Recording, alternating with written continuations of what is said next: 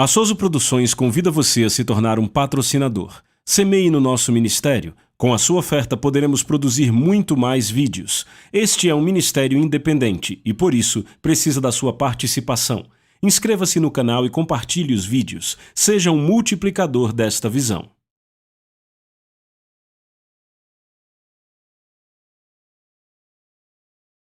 Os versículos usados nos vídeos que traduzimos nem sempre correspondem a versões em português. Muitas vezes precisamos traduzir do original em inglês para fazerem sentido no contexto do vídeo. Romanos capítulo 8. Romanos capítulo 8. Quantos amam o livro de Romanos? Amém. Sim, eu vou esperar, mas enquanto você encontra, antes de eu entrar na palavra, eu quero agradecer a Kenneth e Gloria Copeland. Nós amamos vocês. Eles nos receberam na família deles há cerca de 14 anos, e Kenneth e Gloria são preciosos para nós, e tem sido um privilégio. Eu acho que já fazem 13 anos que nós transmitimos o programa de vocês para toda a ex-União Soviética. Tem sido realmente uma parceria criada por Deus. Nós amamos vocês, vocês sabem disso. Amamos o irmão Kenneth e todos os pregadores aqui na frente. Que bênção estar neste encontro. Eu também quero dizer que temos alguns da nossa equipe da Rússia. Onde está o pessoal? Onde está o pessoal da Rússia? Fiquem de pé. Este é parte do nosso time na Rússia. Estamos felizes que vieram hoje. Tudo bem para vocês se eu pregar aqui embaixo hoje? Certo, os diáconos podem trazer o púlpito para cá. E eu quero entrar direto na palavra. Pai, te agradecemos pelo maravilhoso nome de Jesus, pela palavra de Deus. E Espírito Santo, hoje, te agradecemos por continuar a falar aos nossos corações. Te agradecemos por tudo o que já recebemos. E agora te buscamos e pedimos que fale conosco, a partir de Romanos 8, verso 26, para que quando deixarmos esse lugar hoje, estejamos mais equipados com o poder do Espírito Santo. Em nome de Jesus. Amém. Amém. Eu sei que temos pouco tempo, então vamos bem rápido. Você está pronto? Tem um pedaço de papel, tem uma caneta? Certo, Romanos capítulo 8, verso 26. É uma das minhas passagens favoritas. A Bíblia diz, semelhantemente o Espírito também nos ajuda em nossas fraquezas, porque não sabemos o que devemos orar como convém. Mas o próprio Espírito faz intercessão por nós com gemidos que não podem ser proferidos. E se você tem uma caneta, eu gostaria que você marcasse ou sublinhasse algumas partes do 26. Primeiro, a Bíblia diz que semelhantemente o Espírito faz o quê? Ajuda. Sublinha ou circule essa palavra ajuda no verso 26. Semelhantemente o Espírito também nos ajuda em nossas o quê? Fraquezas. Então sublinhe ou circule aí essa palavra fraquezas. Semelhantemente, o Espírito também nos ajuda em nossas fraquezas, porque não sabemos o que devemos orar como convém. Então circule ou sublinhe essa palavra convém, mas o próprio Espírito faz intercessão por nós. Agora circule ou sublinhe essa palavra intercessão. Vamos voltar para o começo do versículo, onde a Bíblia diz, semelhantemente o Espírito também nos ajuda em nossas fraquezas. E eu quero começar hoje com esta palavra fraquezas. Você está pronto para anotar? Esta palavra fraquezas no grego vem de asteneos. Se você está anotando, se escreve A-S-T-H-E-N-E-O-S. Esta palavra asteneos é o que eu chamaria de uma palavra genérica, que abrange todo o tipo de doenças e enfermidades. Não é uma doença específica, mas é uma palavra genérica, que abrange todo tipo de doenças e enfermidades. Por exemplo, na língua inglesa, se alguém tem um resfriado, você diz que ele está doente, mas se alguém tem câncer, você também diz que ele está doente. Se alguém tem uma reação alérgica, você pode dizer que ele está doente. Esta palavra doente é uma palavra genérica que abrange todo tipo de doenças e enfermidades. Bem, quando você estuda os 4 evangelhos, você descobre que há 5 categorias primárias de doenças que Jesus curou. E eu quero que você escreva isso. Eu descobri isso há cerca de 15 anos, quando fiz uma série chamada Como Você Pode Curar os Enfermos. E eu comecei a ir a todas as passagens sobre cura no Novo Testamento e descobri que todas as categorias de doenças que Jesus curou podem ser encontradas nessas 5 palavras que encontramos nos 4 evangelhos. E a primeira categoria de enfermidade que Jesus curava e ainda cura hoje é a palavra grega nosos, que se soletra N-O-S-O-S. E encontramos essa palavra nosos em Mateus capítulo 4, traduzida como a palavra doenças. Mas essa palavra nosos descreve uma condição terminal para a qual não há nenhuma cura natural. Se você quiser, anote isto: uma condição terminal para a qual não existe cura natural. Por exemplo, certos tipos de câncer seriam nosos, uma condição terminal para a qual não há cura natural. AIDS seria nosos. Algumas pessoas acham que AIDS é uma praga, mas AIDS não é uma praga. Eu vou explicar para vocês daqui a pouco. Tecnicamente, AIDS é um nosos, porque a não ser pelo toque de Deus, você vai morrer se pegar AIDS. É uma condição terminal para a qual não existe nenhuma cura natural. Esta foi a primeira categoria de doenças que Jesus curou, e Jesus ainda está curando essa categoria de doença hoje. Então, há a segunda categoria de doenças que Jesus curava, e a segunda categoria de doenças que ele curava é a palavra grega maláquia. A palavra maláquia se soletra M-A-L-A-K-I-A. Essa palavra maláquia também se encontra em Mateus 4:24 e é traduzida pela palavra enfermidades, mas é muito diferente da primeira. A primeira palavra é nosos, elas nem têm o mesmo som. A segunda palavra é a palavra maláquia.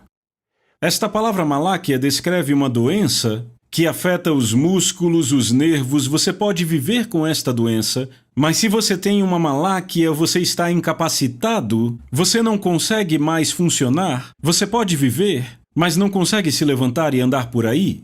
É uma doença que incapacita ou debilita. Jesus curava essa categoria de doenças, e pessoas ainda estão sendo curadas dessa categoria de doenças hoje. Você diz amém para isso? Então chegamos à terceira categoria de doenças que Jesus curava, a palavra grega kakos, que se soletra K-A-K-O-S, e da forma que é usada nos 4 evangelhos, sempre é usada para descrever pessoas que são terrivelmente atormentadas por espíritos demoníacos. Usada em contextos, esta palavra kakos descreve pessoas que são confusas mentalmente, pessoas mentalmente confusas ou pessoas que são opressas. E aí chegamos à quarta categoria de doenças que Jesus curava, e esta é bem interessante. A quarta categoria de doenças que Jesus curava é a palavra grega mastigos. Essa palavra mastigos se soletra M-A-S-T-I-G-O-S. M-A-S-T-I-G-O-S. Esta palavra mastigos no Novo Testamento é traduzida como a palavra praga.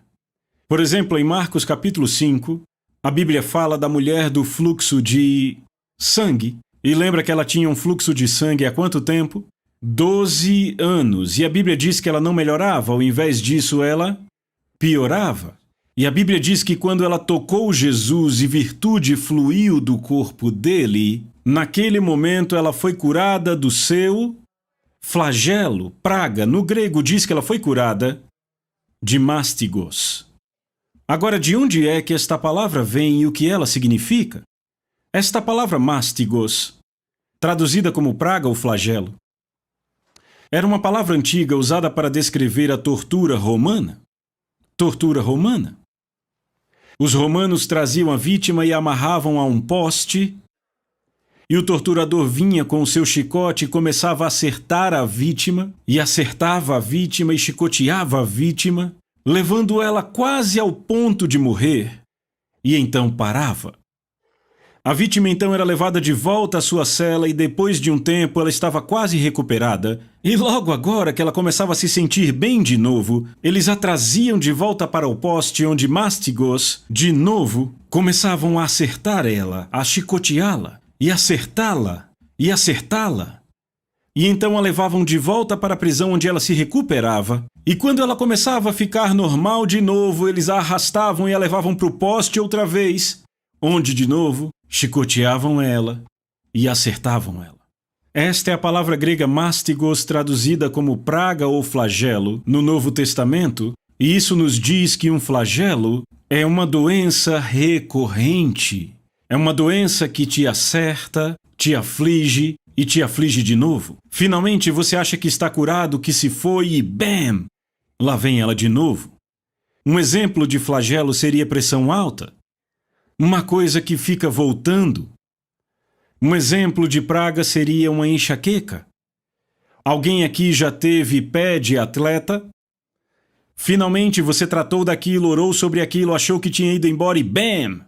Lá vem ele de novo. Uma doença recorrente que continua voltando vez após outra. Isso faz perfeito sentido em Marcos capítulo 5, uma mulher que tinha fluxo de sangue há 12 anos. Era uma condição prolongada que continuamente tornava a vida dela infeliz.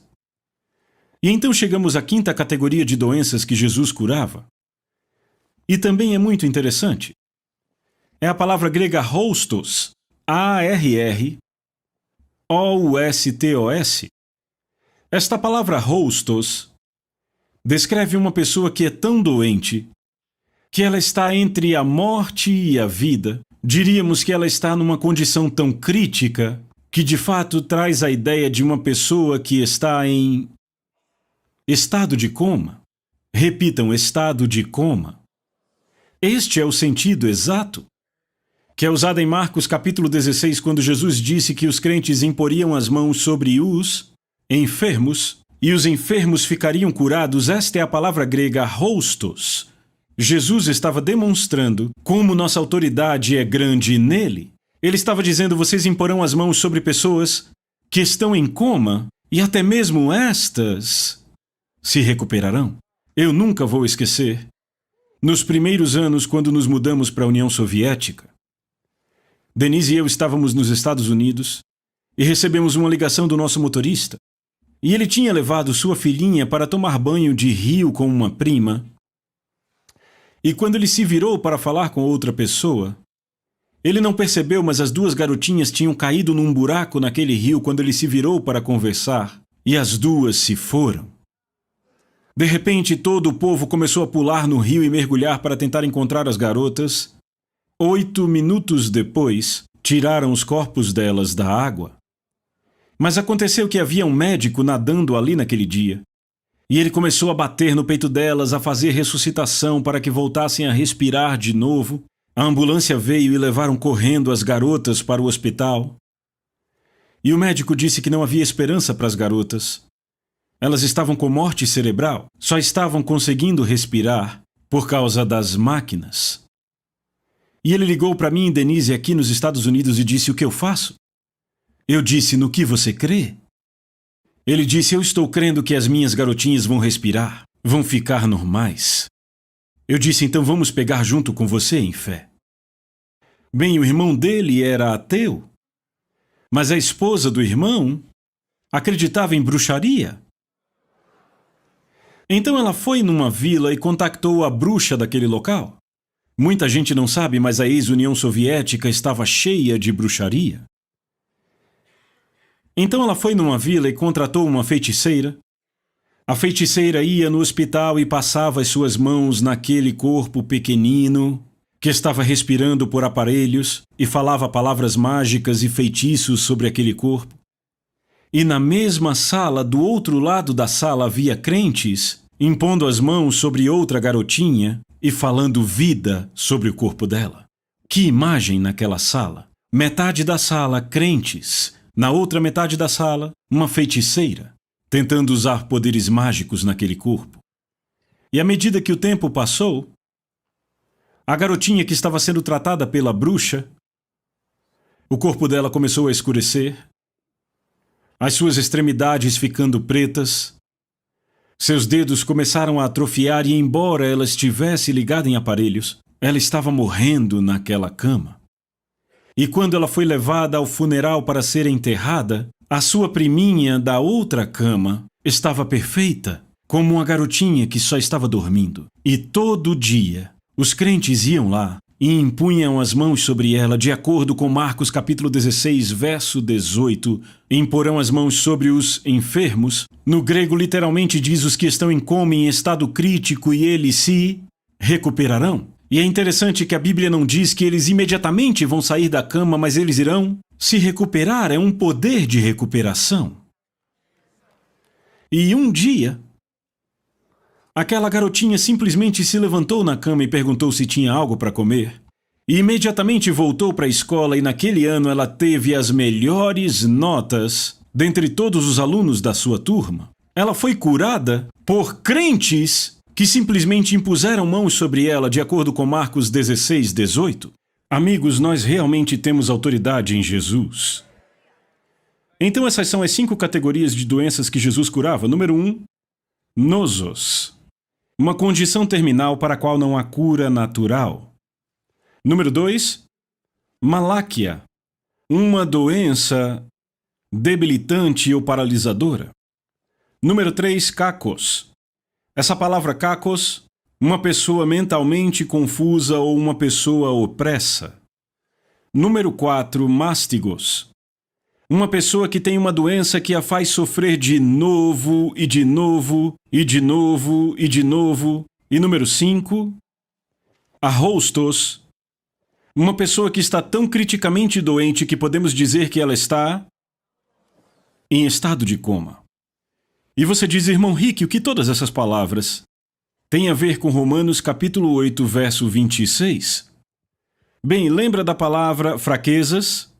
Uma palavra genérica que abrange todo tipo de doenças e enfermidades, significa que todas estas 5 palavras se encaixam dentro desta palavra fraquezas.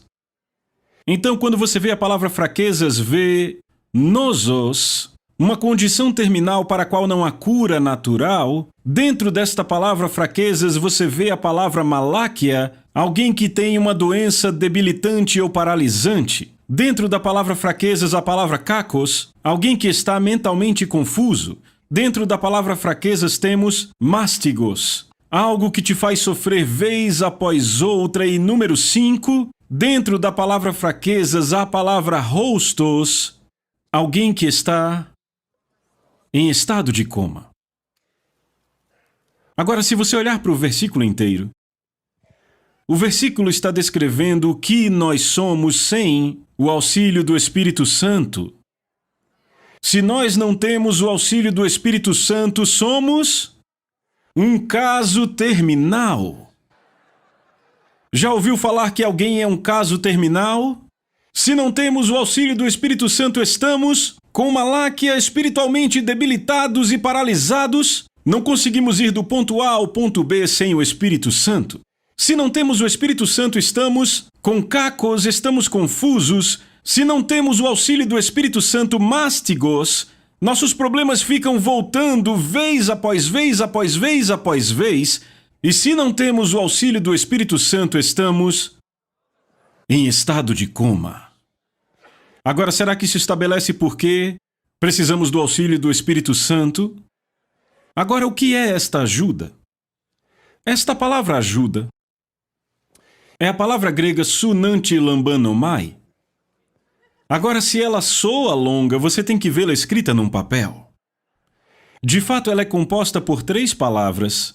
E cronologicamente, isso é muito importante e é a primeira vez cronologicamente que esta palavra é usada.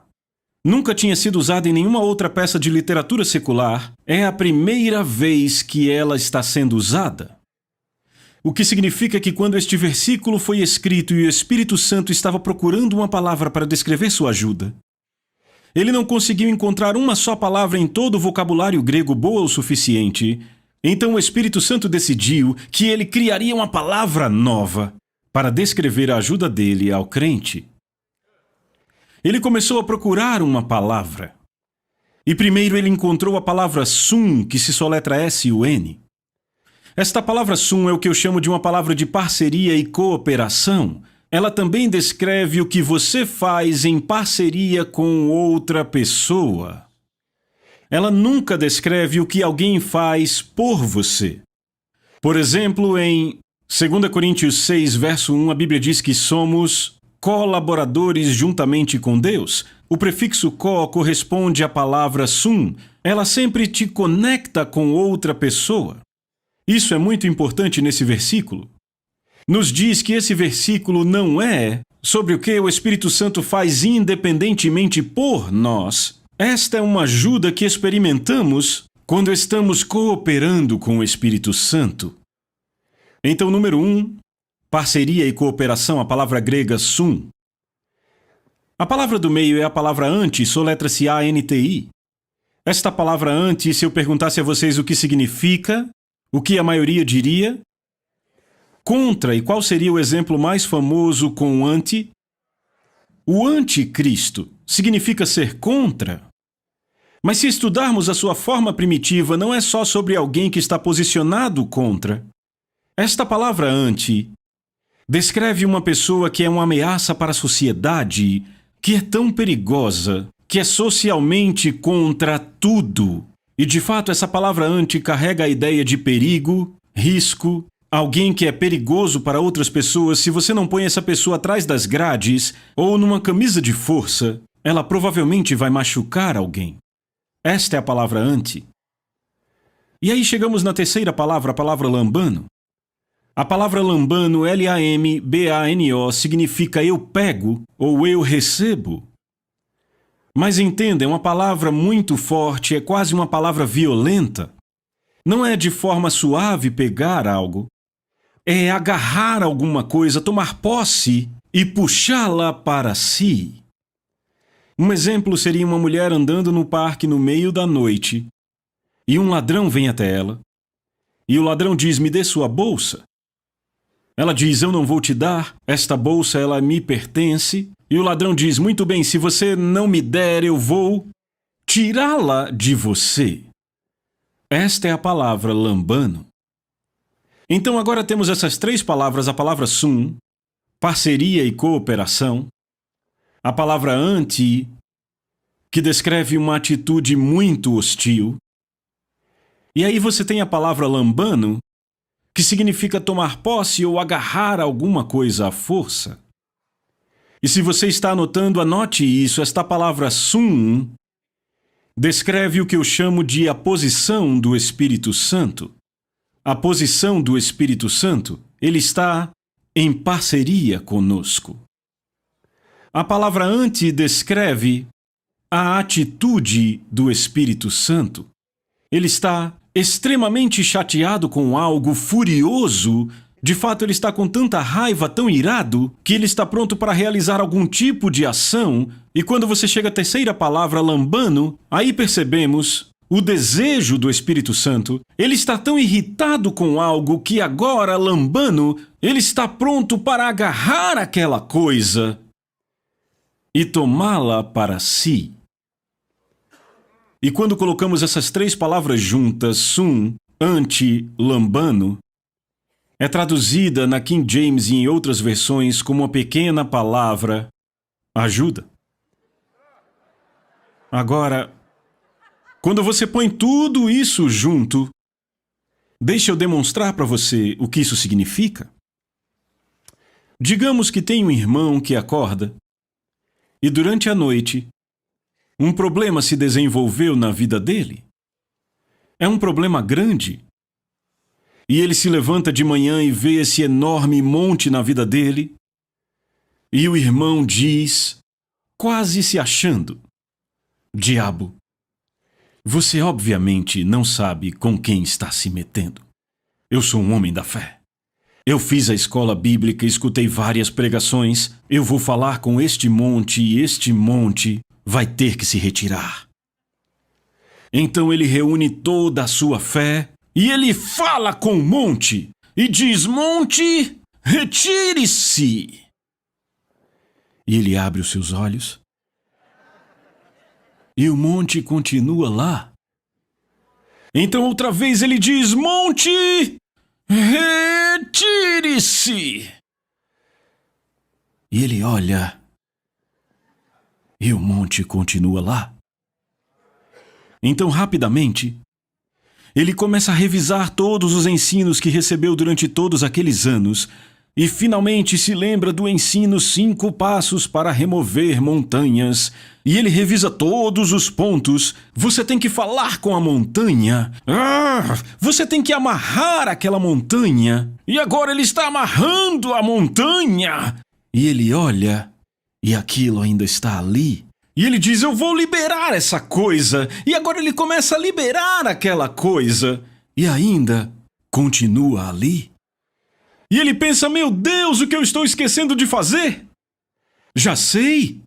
Eu preciso jejuar. Então agora ele começa a jejuar. Ele fala, ele amarra, ele libera. E aquela coisa simplesmente continua ali e ele diz, eu sei o que eu vou fazer. Eu vou fazer uma corrente de oração. E agora todo mundo na igreja está amarrando, liberando, jejuando e falando. E o monte continua lá. Agora deixa eu perguntar, alguém já teve um monte assim na vida? Ele diz, o que eu estou esquecendo de fazer? E ele diz, já sei. Eu esqueci de dizer. Em o nome de Jesus. Ei, amamos o nome de Jesus. Mas o nome de Jesus por si só, você está me ouvindo? Por si só, não é um nome especial. Basta você ir no México e vai encontrar um Jesus em cada esquina.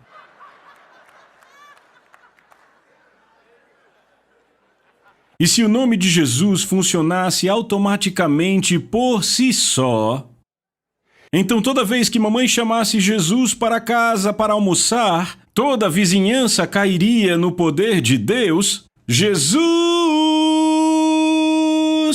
Se o nome funcionasse sozinho por si só, imagine quanto poder os incrédulos teriam. Porque eles dizem Jesus isso e Jesus aquilo o tempo inteiro, mas só porque eles dizem o nome Jesus, eles não têm sinais e maravilhas. Sabe como aprendi isso? Estávamos numa reunião como esta, e um homem endemoniado começou a fazer barulho. Cerca de 20 anos atrás. E eu pensei, eu vou mostrar a essa multidão quem é que entende de autoridade espiritual. E eu fui até aquele homem e disse, levante. Ele levantou e olhou para mim. E eu disse, eu te repreendo. Em o nome de Jesus! Ele olhou para mim e disse, e eu repreendo você em o nome de Jesus!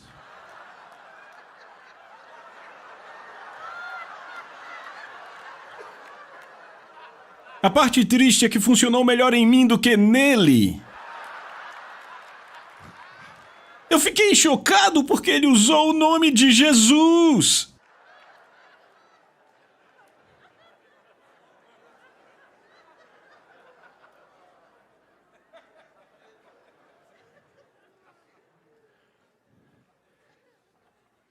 Este nome se torna poderoso não quando é dito religiosamente, mas quando é dito em parceria com o Espírito Santo. Quando você e o Espírito Santo dizem este nome juntos, é aí que o poder é liberado através do nome. Você nem pode efetivamente usar o nome de Jesus sem a parceria com o Espírito Santo. Mas esse querido irmão não tem esta revelação. Ele acha que, se você usar a entonação vocal correta, se tiver a inflexão correta na voz quando disser o nome, então ele tenta tudo o que pode. Em o nome de Jesus, retire-se! E continua lá. Então ele diz, em o nome de Jesus, retire-se. retire-se. E continua lá. Ele diz em um nome, por favor, eu estou implorando em nome de Jesus, retire-se. Em o nome de Jesus, retire-se.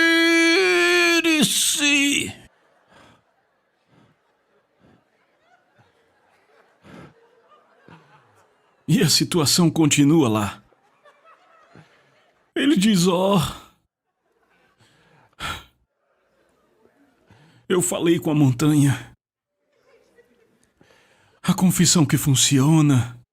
Já me arrependi de ouvir aquelas pregações sobre fé. Já amarrei e não funcionou, já liberei e não funcionou. Eu jejuei e já orei todo tipo de oração que eu conheço.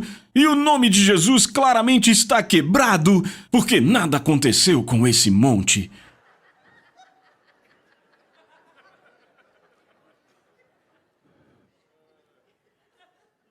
E finalmente ele diz: Espírito Santo,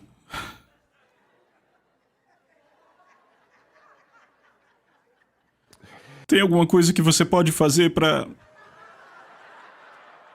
ajudar? Repitam, me ajude, Espírito Santo. Ajude! Logo, no momento em que você diz a palavra ajude, o Espírito Santo vem para ficar ao seu lado como seu parceiro.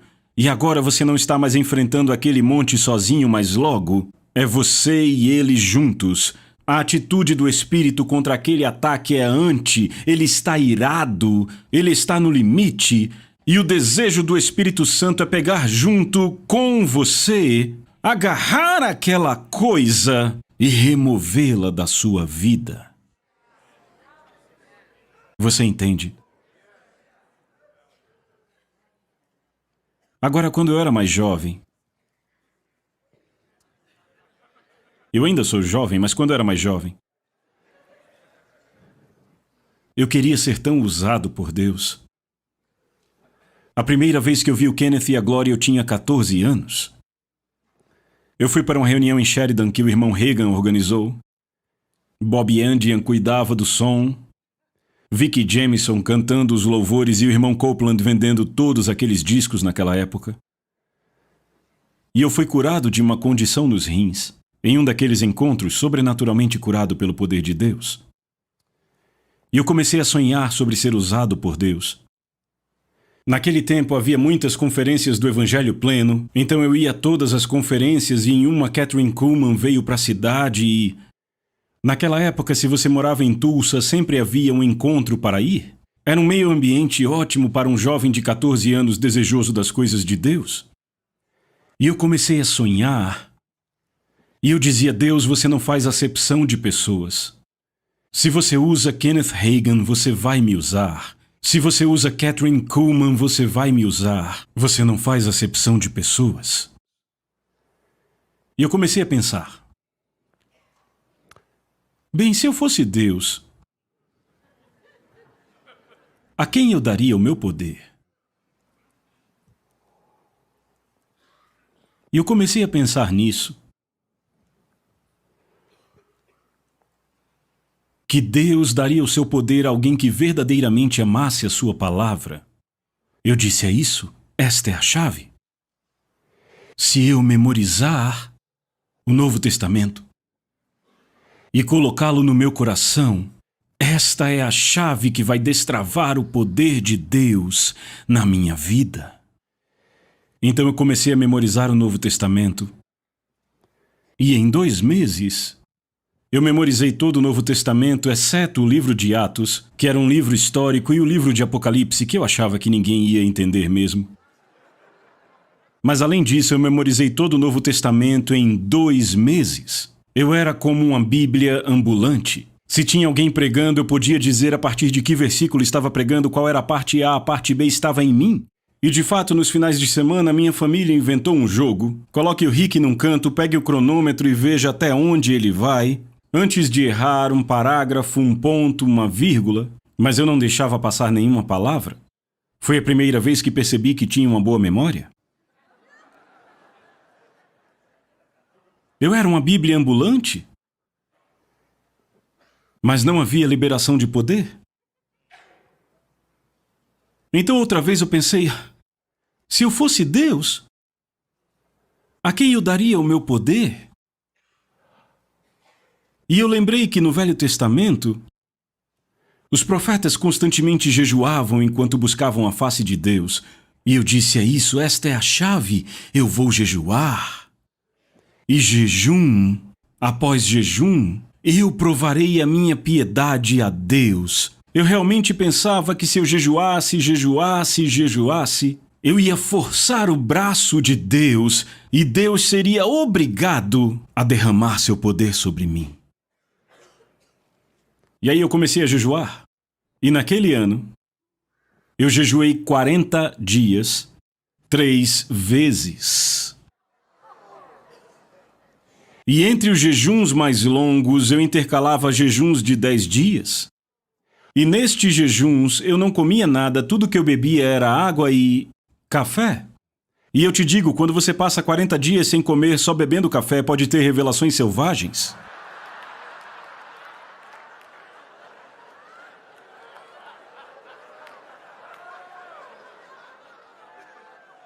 Eu estava esperando pelo poder de Deus. E ele não veio. Agora eu era a Bíblia ambulante que definhava.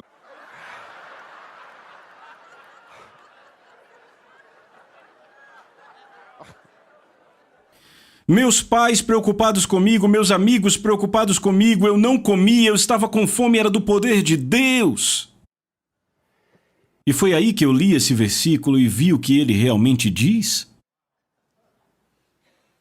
Eu achava que se eu pudesse me aperfeiçoar, de alguma forma Deus seria obrigado a me dar o poder dele. Que se eu fosse bom o suficiente. Mas o verso diz, semelhantemente, o Espírito também nos ajuda em nossas fraquezas. O que significa? As minhas fraquezas não me eliminam, as minhas fraquezas me qualificam para a ajuda deste versículo. Eu preciso da ajuda do Espírito porque eu estou fraco.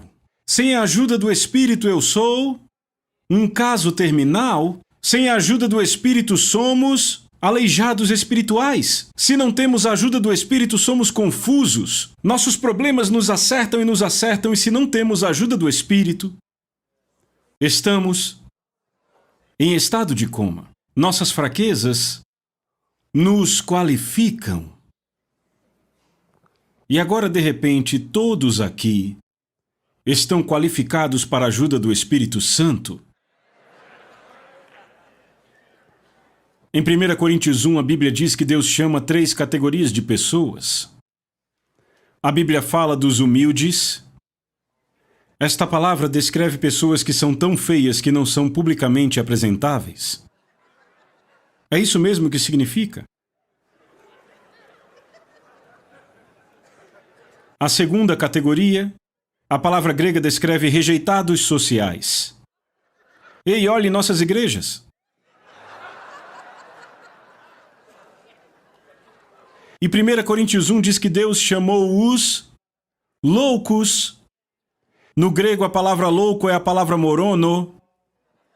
E não se engane, essa palavra se refere a alguém louco mesmo. Mas veja, exemplifica o ponto muito bem. Os loucos não sabem cuidar de si mesmos.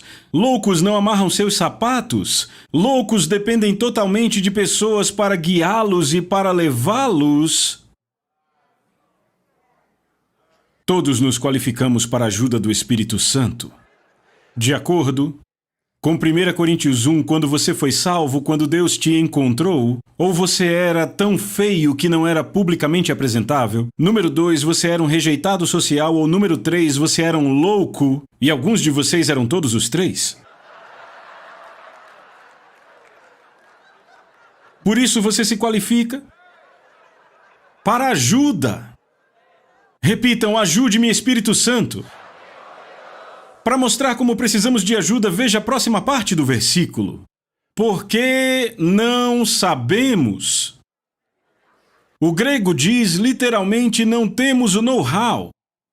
É isso mesmo, somos tão ignorantes sem o Espírito Santo que ele diz: não sabemos o que, devemos orar como convém. O que vem da palavrinha ti, que se soletra ti, e ela descreve o mais minúsculo e sutil detalhe. É quase como se Paulo dissesse: esquece as grandes coisas. Se não temos a ajuda do Espírito Santo, não sabemos como orar precisamente sobre as pequenas coisas em nossas vidas.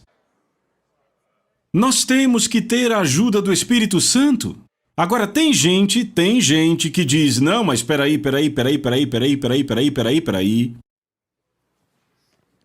Você pode falar de ignorância o dia inteiro. Mas eu não sou ignorante. Eu sei que a vontade de Deus é curar. Bem, então vá para o hospital mais próximo e cure cada um dos doentes que está lá com este conhecimento. Se esse conhecimento já está tão afiado, se ele já é suficiente, por que é que você não cura todo mundo por aí? Sabe, é interessante que quando você estuda sobre a palavra de Deus, a Bíblia nos diz que a palavra de Deus é a espada do Espírito. Bem, havia dois tipos de espadas. Uma era a espada usada em treinos, usada para fortalecer seus braços, fortalecer os seus músculos. Era uma espada bem longa, que era preciso as duas mãos para segurá-la. Você a usava contra o alvo e à medida que usava, ela te deixava cada vez mais forte e resistente. Mas você nunca podia usar aquele tipo de espada em uma batalha porque era grande demais. Para batalhas havia uma espada curta que era boa para perfurar. Era para uma batalha de proximidade. Bem, a Bíblia é a espada grande. Se você balançá-la, se usá-la, se estudá-la, vai desenvolver sua mente, vai desenvolver seus músculos espirituais, mas quando você entra em situações específicas, você não balança a Bíblia diante da doença. Você precisa saber especificamente o que dizer, especificamente como orar. O que significa que não podemos nem mesmo orar sem o Espírito Santo. E para deixar isso ainda mais sério, ele diz: não sabemos o que devemos orar como convém. E essa palavra é a palavra grega dei, que pode ser traduzida como não sabemos orar como é necessário. Você pode traduzir como não sabemos orar como a nova circunstância exige, o que indica que não existe uma fórmula para oração, uma oração que resolva tudo. Você enfrenta um novo problema, ele vai requerer um novo tipo de oração. Você tem 3 pessoas diante de você com câncer. Uma tem câncer por causa de uma situação médica, outra pode ter câncer por causa da química errada no corpo, outra pode ter câncer por causa de um ataque espiritual. E você não sabe qual é qual porque o olho humano não consegue ver isto, mas para lidar com isso você tem que orar especificamente e tem que orar precisamente. Eu vou dar um exemplo da minha vida. Me chamaram no meio da noite para orar por uma mulher que estava morrendo de câncer. Ela estava tão cheia de câncer que os médicos a costuraram um pouco e a mandaram para casa. Ela nem estava completamente costurada. Ela estava cheia de infecções e a cada 3 dias mandavam ela de volta para o hospital para abri-la, limpá-la, costurá-la um pouco e enviar ela para casa. Eu recebi uma ligação, era meia-noite. E a família disse: por favor, venha orar por ela, ela está com muita dor.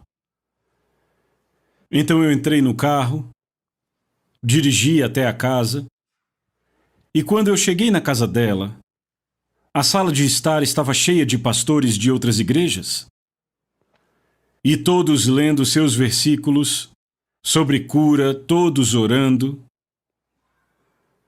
mas ainda assim nada acontecia. E eu entrei na sala e vi aqueles pastores ali, e eu ouvi o Espírito Santo dizer: se você me obedecer e fizer o que eu disser, eu vou curar essa mulher hoje à noite. Eu olhei ao redor da sala e vi todos aqueles pastores sem nenhum resultado. E eu disse: Senhor, o que você quer que eu faça? E ele disse para mim: eu quero que você se deite atravessado sobre o abdômen inferior dela e ore profundamente em línguas.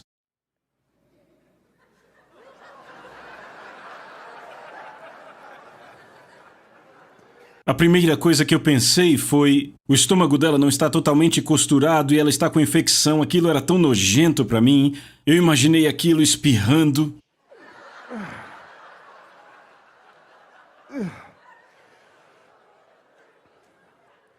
E a segunda coisa que eu pensei foi: eu vou quebrar essa mulher no meio se fizer isso. Deitar sobre o abdômen dela? A terceira coisa que pensei foi: o que todos esses pastores vão dizer se eu me deitar atravessado sobre o abdômen de uma mulher morrendo de câncer? O que vão dizer sobre mim? Então eu andei pela sala. Fiquei um pouco com cada pastor que estava ali naquela noite. E eu continuei ouvindo o Espírito Santo dizer: você vai me obedecer, você vai me obedecer. E eu disse: eu não sei.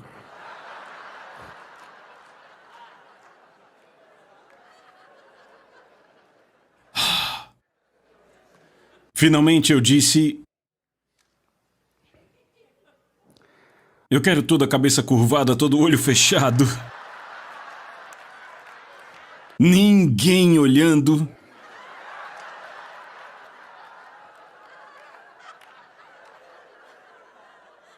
E enquanto todos curvavam as cabeças e fechavam os olhos,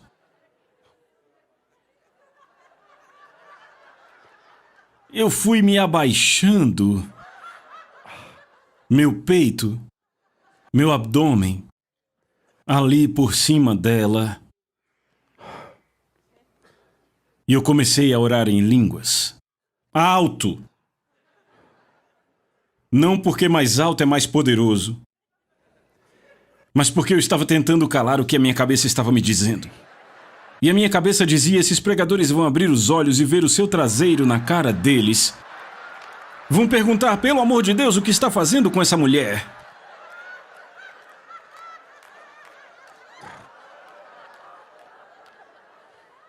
Então eu comecei a orar alto em línguas.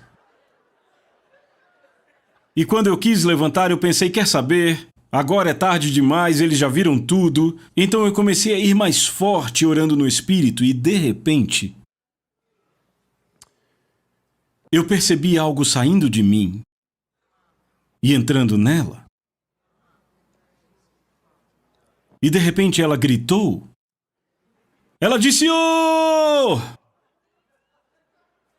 Eu dei um pulo e perguntei: "Te machuquei?" Ela disse: "Oh, por que eles fizeram isto comigo?" E eu disse: "Do que você está falando?"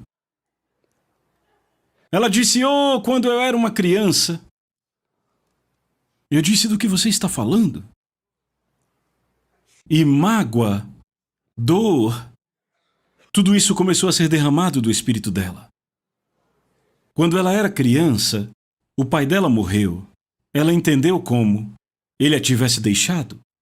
No ano seguinte, tanto o irmão quanto a irmã dela morreram de tuberculose. Ela entendeu que eles a haviam abandonado e rejeitado. A mãe dela casou de novo e o novo pai dela morreu de uma doença 2 anos depois. E ali, com 11 anos de idade, ela tinha perdido todo mundo na vida dela. Sendo uma criança, ela entendia como rejeição. Eu conhecia aquela mulher pela minha vida inteira. Maravilhosa, maravilhosa, uma mulher divertida. Mas não importava o quanto você a amava ou dizia a ela que era bom estar com ela, ela tinha um espírito de rejeição tão forte e ela o levava aonde quer que fosse. Ela achava que não era boa o bastante para ninguém e que ninguém a queria. E naquela noite, quando ela começou a chorar, eu comecei a entender que aquela mulher, de fato, não tinha câncer. Ela tinha um espírito de rejeição. E o espírito de rejeição tinha se aninhado no corpo dela e tomado a forma de um câncer, e agora o corpo dela a estava rejeitando. E você diz, Rick, mas que viagem? Bem, eu te digo, ela foi curada naquela noite. Foi curada naquela noite. Agora, de acordo com o natural, se eu estivesse operando pelo meu conhecimento, eu estaria lendo versículos bíblicos, orando como eu orava por todo mundo. Eu não tinha habilidade de ver qual era a raiz do problema dela. Meus olhos não podiam ver isto, mas o Espírito Santo vê tudo, sabe de tudo, e Ele é o único que realmente sabe como orar. Ele é o único que sabe como orar. E Paulo disse, semelhantemente, o Espírito também nos ajuda em nossas fraquezas, porque não sabemos o que devemos orar como convém, como temos que orar, como cada nova situação exige. Mas o próprio Espírito faz o quê? Mas espera aí. Quem faz intercessão? O Espírito faz intercessão. O Espírito faz intercessão o quê? Por nós. E estamos o tempo todo falando sobre a nossa intercessão. Mas esse verso diz que o Espírito faz intercessão por nós. Esta palavra intercessão, escreva aí, carrega 3 ideias primárias. Número 1, significa cair numa vala com outra pessoa. O que significa que você não se qualifica para isso a não ser que esteja numa vala. Mas eu acho que já percebemos que a maioria de nós está numa vala a maioria do tempo. Precisamos de ajuda. Significa cair numa vala com outra pessoa. Número 2, significa compartilhar emoções e frustrações. Compartilhar emoções e frustrações. E número 3, essa palavra intercessão pode ser traduzida como a palavra súplica, que é uma palavra de resgate e literalmente significa eu vou tirar você desta bagunça, eu farei súplica por você, é uma palavra de resgate. Então agora vemos um irmão ou irmã que está numa vala profunda, talvez um tipo de problema, quem sabe financeiro. Talvez emocional, talvez algo no casamento, no ministério, e eles não sabem o que fazer, já tentaram de tudo, não sabem o que fazer e finalmente dizem, Espírito Santo, existe algo que você possa fazer para ajudar? E o Espírito Santo cai naquela vala com eles. Agora não estão mais sozinhos na situação, são eles e o Espírito Santo em parceria juntos. O Espírito Santo, então, começa a compartilhar emoções. Começa a compartilhar emoções. Ou começa a esfregar um bálsamo dentro de nós. Você lembra a atitude do Espírito Santo? Repitam, ele está irado com o que o diabo tentou fazer contra você. Ele está irado. O problema é que, quando a maioria de nós pede ajuda dele, já estamos no fundo daquela vala há bastante tempo. E quando ele cai ali conosco, estamos exaustos, cansados, não sabemos o que fazer e o Espírito Santo sabe que precisa passar um bálsamo em nós. E o Espírito de Deus começa a transferir o seu fogo, ele começa a mexer seu coração, até que finalmente estamos tão mexidos que o final do versículo diz: ele faz intercessão por nós com o quê? Gemidos que não podem ser proferidos. Gemidos é a palavra stenagmos. A palavra stenagmos significa liberar sentimentos muito, muito profundos. Liberar sentimentos profundos. Ou extravasar. Extravasar. Na verdade, o melhor exemplo para a palavra gemido seria uma chaleira no fogo. Quando você põe uma chaleira no fogão e liga o fogo, o que acontece com a chaleira? A água começa a responder ao fogo. A pressão começa a aumentar e aumentar e aumentar e aumentar até que finalmente o que a chaleira faz? Ela apita ou a água transborda. Ela extravasa. Ela libera vapor. E ei, o vapor pode ser forte o suficiente para mover um motor. Agora eis o que acontece. O Espírito Santo vem em nossa ajuda.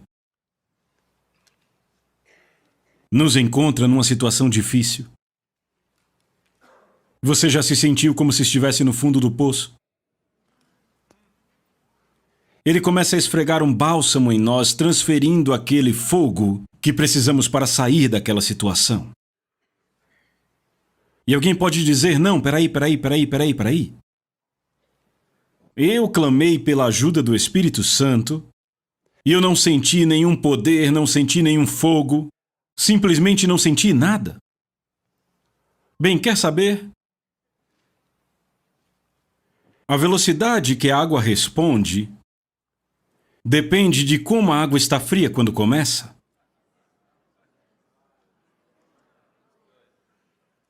E se você sentou no fundo daquela vala e choramingou e reclamou e disse que não havia solução, e finalmente, como última opção, pediu ajuda do Espírito Santo, ele entra com você, ele começa toda a tarefa de transferência, mas pode levar um pouco de tempo para você responder àquilo que o Espírito Santo tenta fazer. O problema não é o Espírito Santo, o problema é: você estava frio demais quando o processo começou. Eu já estive nessa situação várias vezes, e quanto a você? Prostrado diante de Deus, orando por ajuda. Senhor, você tem que me ajudar. Deus, eu preciso de um toque, eu preciso de um rompimento. Tentado a ficar ali sentado, lamentando por mim mesmo.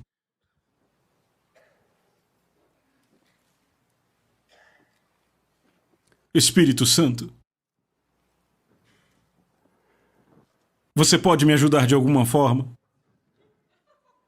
Ora, ele é um parceiro fiel. Se você fala de ajuda, ele chega imediatamente. Você continua a orar e de repente algo dentro de você começa a mudar. É como algo sendo mexido. Você não se contenta mais em ficar sentado, mas tem que se mover por ali. Começa a mexer algo está mexendo por dentro. Agora até o tom das suas orações começa a mudar. Você começa a soar um pouco mais forte, mais vibrante, e até começa a andar para frente e para trás à medida que ora em línguas. E agora você saiu de uma imagem infeliz para uma imagem de força. Algo está acontecendo por dentro de você. É o Espírito Santo em parceria por dentro através de você para alcançar e agarrar aquela coisa e removê-la.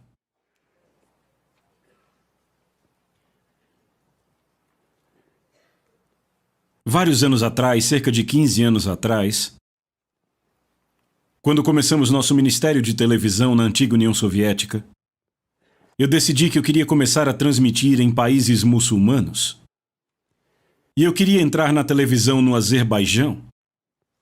O Azerbaijão tem uma torre de TV enorme, tão grande, que eles transmitem até Teherã, no Irã. E eu decidi que eu ia até o Azerbaijão negociar um programa de TV na estação de TV nacional. Eu era mais jovem naquela época, não sabia muito do Islã e não sabia que eles têm uma promessa por um lugar no céu se mata um pregador evangélico. E naquela época eles também estavam em guerra contra a Armênia. Então eu estava tentando encontrar um dia quando pudesse voar para Baku para fechar aquele negócio. Eu acho que foi há cerca de 13 anos, eu também negociava para Kenneth e Glória. E a gente ficou ligando, tentando negociar um dia para irmos. E a estação de TV dizia, não venha hoje, estão matando pessoas em Baku hoje, tem essa guerra em processo, espere mais alguns dias. Então todo dia eu ligava e um dia eu liguei e eles disseram, quer saber, faz tempo que não matam alguém, por que você não vem? Então Andrei e eu entramos no avião, Andrei está aqui hoje. E voamos para Baku. Quando eu saí daquele avião, começamos a dirigir por Baku. E eu vi todas aquelas torres de oração muçulmanas por todo lugar onde quer que eu olhasse. E eu percebi que eu estava indo negociar pela transmissão de um programa evangélico. A ficha caiu. Aquela foi uma situação bem notável na qual eu me meti. Fomos para a estação de TV nacional. A estação de TV nacional. E quando chegamos disseram para sentarmos e esperarmos por nosso horário com o diretor. Andrei e eu sentados próximo à sala do diretor. Pessoas por todo lado carregando metralhadoras estavam em guerra contra a Armênia. E de repente... todos os caras com metralhadoras do nosso lado do prédio começaram a correr para o outro lado do prédio. E uma batalha começou ali do outro lado da estação de TV. Podíamos ouvir as metralhadoras. E eu sentado no saguão. A secretária me oferecendo uma xícara de café. Quer uma xícara de café? Seria bom, eu quero uma xícara de café, sim. Enquanto ouvíamos as metralhadoras do outro lado da estação de TV. Finalmente nos convidaram para entrar no escritório, para começar as negociações, e quando entramos naquele escritório, eu descobri que o diretor da Estação Nacional de TV do Azerbaijão era uma mulher. Em uma sociedade muçulmana, é muito estranho encontrar uma mulher nessa situação. Sentamos ao redor da mesa e ainda podíamos ouvir as metralhadoras do outro lado. Ela disse: o que os traz aqui hoje? Eu disse: queremos transmitir um programa na sua estação. Ela disse: que tipo de programa? Eu disse: é um programa de ensino bíblico. Ela disse: você sabe onde você está? Aqui é o Azerbaijão, somos um povo muçulmano. Ela disse: não podemos transmitir seu programa mesmo que quiséssemos, porque esse sinal vai direto para o Irã. E o Irã é nosso aliado. Sabe o que aconteceria se transmitíssemos o seu programa para o Irã? Eu disse: senhora, viemos de longe hoje. Dá para você ouvir só um programa? Ela disse: não precisa disso. Mas já que você veio de tão longe, eu vou ouvir um programa. Então eu virei para o meu diretor de TV e disse: me dê uma fita. O que eu não sabia é que ele tinha trazido uma série inteira que eu tinha ensinado sobre como os maridos deveriam tratar suas esposas. Bem, os homens muçulmanos não tratam muito bem suas esposas. Então colocaram a fita no tocador e... eu olhei para o programa impressionado, porque eu não sabia que ele tinha trazido esse programa. E eu estava falando sobre como os maridos deviam abrir as portas para as esposas, como o marido não deveria andar na frente da esposa, como os maridos deveriam tratar as esposas, e eu olhei para aquela mulher e eu pude ver que ela estava quase hipnotizada pelo que estava vendo naquela televisão. E eu afundei na minha cadeira e comecei a orar em línguas e literalmente eu disse: Espírito Santo, se você quiser entrar nessa comigo, agora é uma boa hora para você entrar comigo, Espírito Santo. Chegamos no final daquele programa de 30 minutos e ela disse: você tem mais programas como este? Eu disse: sim. Ela disse: vamos assistir mais um. E lá estava ela assistindo mais um programa inteiro de 30 minutos sobre como os homens devem tratar suas esposas. Chegamos no fim do programa, ela disse: quantos desses programas você tem? Eu disse: temos mais 2. Ficamos ali sentados e assistimos mais 2. No total tínhamos assistido 2 horas inteiras de programa sobre como os maridos devem tratar suas esposas. E o tempo todo ela assistindo e eu afundando na minha cadeira, orando em línguas e dizendo: Espírito Santo, só você pode fazer isso. E no final do 4º programa, ela desligou a TV. Ela disse: que dia da semana você quer transmitir esses programas?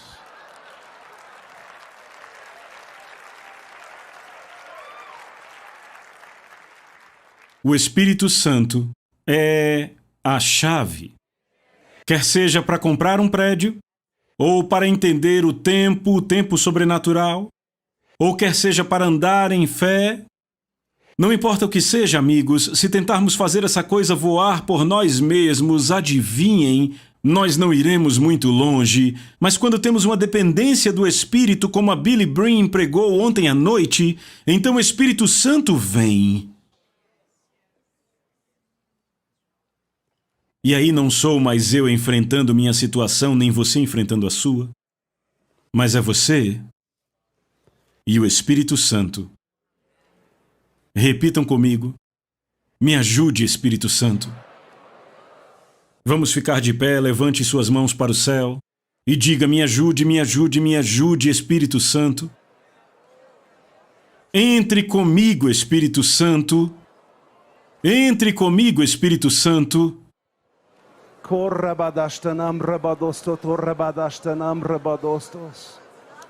Aleluia, não é por força, nem por violência, mas pelo meu Espírito, diz o Senhor.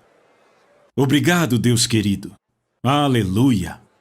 Aleluia. Diga para a pessoa do seu lado, você tem que ter o Espírito Santo. A Soso Produções convida você a se tornar um patrocinador. Semeie no nosso ministério. Com a sua oferta poderemos produzir muito mais vídeos. Este é um ministério independente e, por isso, precisa da sua participação. Inscreva-se no canal e compartilhe os vídeos. Seja um multiplicador desta visão.